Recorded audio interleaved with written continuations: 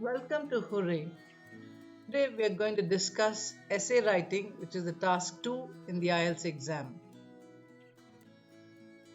Let's look at a specific type of essay, which is advantage and disadvantage essay.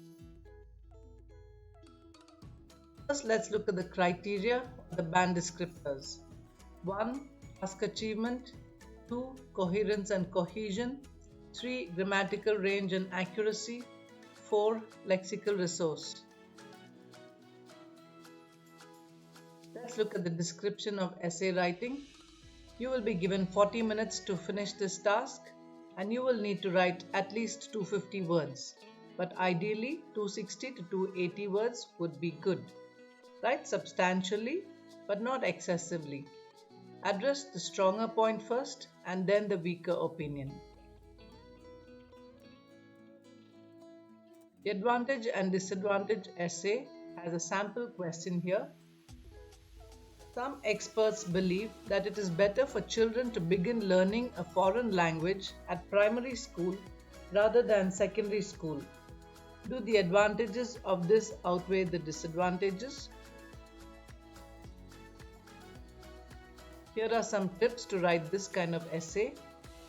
First, you brainstorm and pick a side.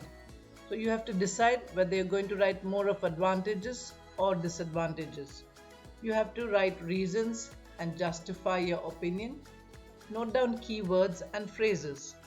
Then you have to structure your essays, your ideas, and organize your thoughts. Examples are mandatory. You have to decide which point you will start with and which you will end with. Write your essay in paragraphs.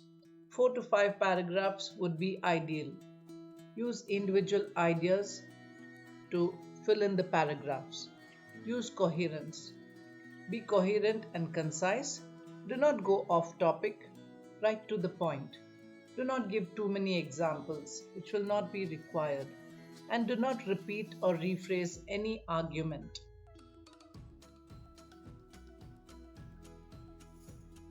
Let's look at the first paragraph, an advantage and disadvantage question. You have to write the introduction in the beginning. You should have a background statement, a thesis statement, and a transitional sentence. This could be one way of writing this essay. You could give a background statement by saying, for centuries, children have been opting to study foreign languages at different phases in their education, some even believing that it could be constructive to them later. Then the thesis statement could be like this. This has both advantages and disadvantages, yet I believe that there are more positive aspects which take precedence over the drawbacks. And the transitional sentence could state, in the following paragraphs, I will substantiate my opinion. In the second paragraph, we need to explain why we have more advantages than disadvantages. So this is called the first supporting argument. In the topic sentence, we can write, youngsters are more prone to imitating, learning, and applying languages. And this is how you have to explain your stronger opinion. Younger learners can absorb and remember more information since their minds are fueled by curiosity and many physiological changes. Give one example.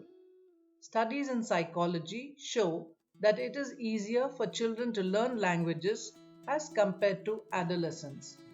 The second explanation of the stronger opinion could go like this.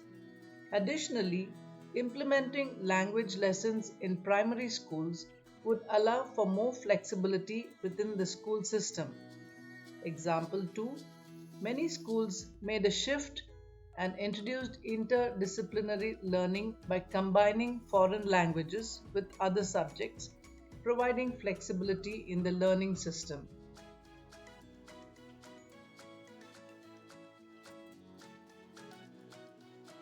We should continue with the third paragraph, which is a second supporting argument.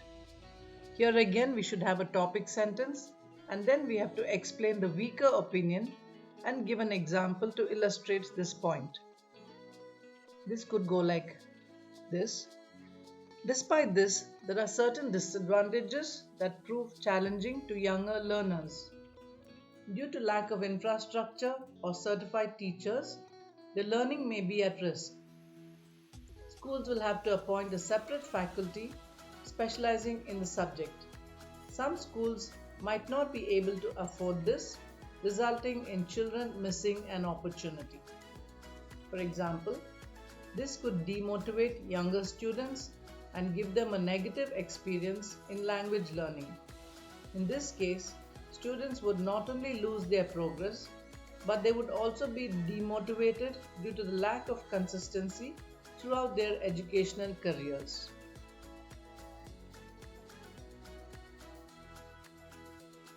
Now we come to the conclusion of the essay.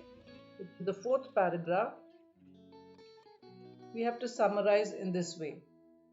In conclusion, I would say that despite the fact that there are a few disadvantages regarding the study of a foreign language in primary school, there are more advantages that outweigh the drawbacks.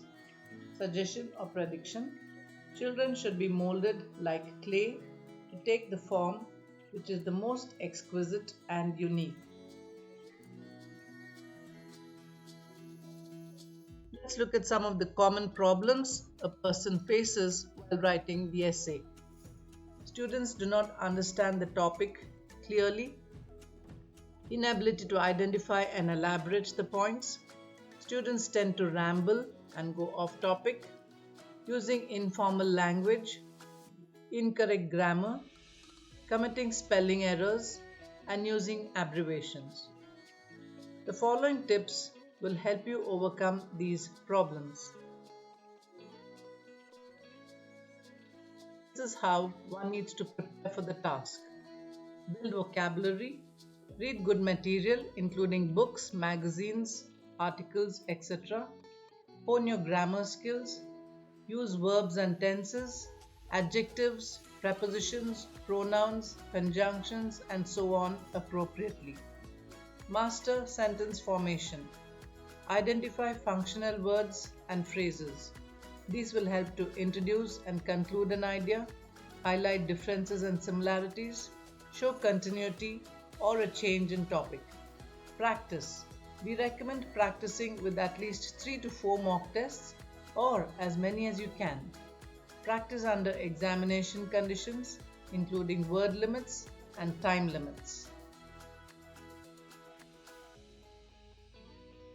With this, we come to the end of the essay writing, the advantage disadvantage type of essay.